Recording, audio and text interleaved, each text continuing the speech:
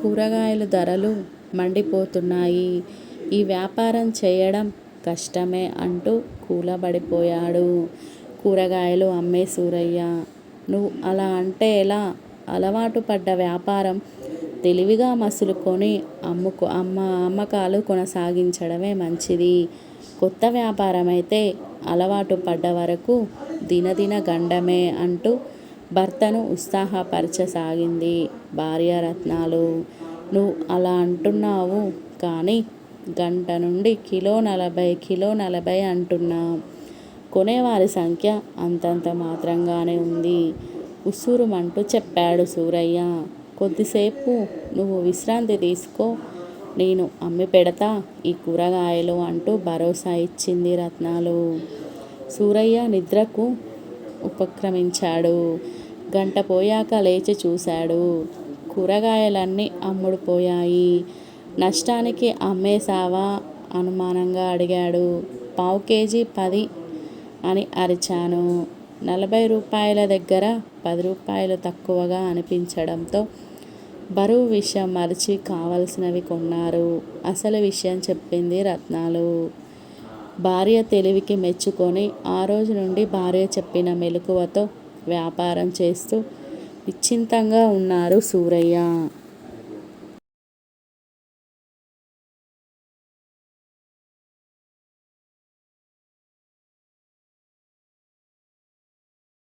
ఒక ధనికుడు తన పిల్లవాడి చెడు అలవాట్లను చూసి చాలా విచారించాడు. ఒక వివేకమైన సలహాదారుడిని ఈ విషయం కోసం నియమించాడు. ఆ పెద్ద మనిషి ఆ పిల్లవాడిని తనతో విహారానికి తీసుకెళ్ళాడు. అడవి దారిలో పిల్లవాడికి చిన్న చిన్న మొక్కలు చూపి వాటిని పీకమన్నాడు. పిల్లవాడు చాలా సులువుగా తీసేశాడు. ఇంకా కొంత ముందుకెళ్ళాక కొంచెం పెరిగిన మొక్కలని చూపి పీకగలవా అన్నాడు. వెంటనే ఉత్సాహంగా పీకి చూపించాడు. ఇంకా ముందుకు వెళ్ళాక పొదని మెట్ట పెరికించగలవా అని అడిగాడు.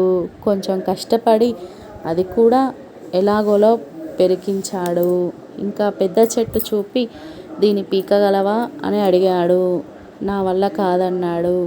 చూసావా మరి, మన అలవాట్లు ఇలాగే పాతుకుపోయాక పీకలేము. లేతగా ఉన్నప్పుడే చెడ్డ అలవాట్లని వదిలేయాలి. మంచి అలవాట్లని నాటుకోవాలి, పెంచుకోవాలి అని ఉపదేశించాడు. నీతి: చెడ్డ అలవాట్లని వదిలించుకోవడం కష్టం. మొదట్లోనే వాటిని వదిలిపెట్టాలి.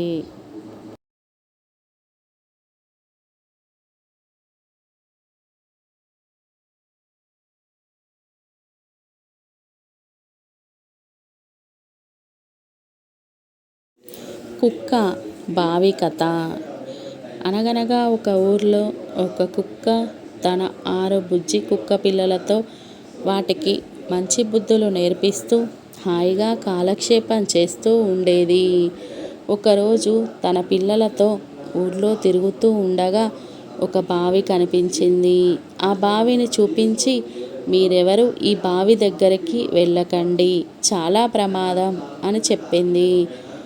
కుక్కపిల్లలు ఒకరోజు ఆడుతూ ఆ బావి దగ్గరకే వచ్చాయి. వాటిలో ఒక బుజ్జి కుక్క అమ్మ ఎందుకు ఇలా చెప్పింది, ఇదేమిటో చూడాలి అనుకుంటూ ఆ బావిలోకి తొంగి చూసింది. పిల్ల ఉందని దాని మీద అరవటం మొదలుపెట్టింది. లోపల ఆ కుక్క ప్రతిబింబం దీనిలాగే అరవటం చూసి ఇంకేముంది, దానితో పోట్లాడడానికి బావిలోకి ఒక్క దూకు దూకింది. ఇంకేముంది, కుక్క నీళ్ళలో పడి కొట్టుకుంటూ పెద్దగా రక్షించండి అని అరవటం మొదలుపెట్టింది. ఆ దారినే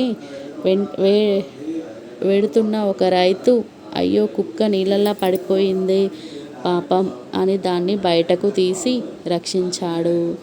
నీతి: పెద్దలు చెప్పిన మాటలు వినాలి. కావాలంటే ప్రశ్నించవచ్చు కానీ ఎప్పుడూ ధిక్కరించకూడదు.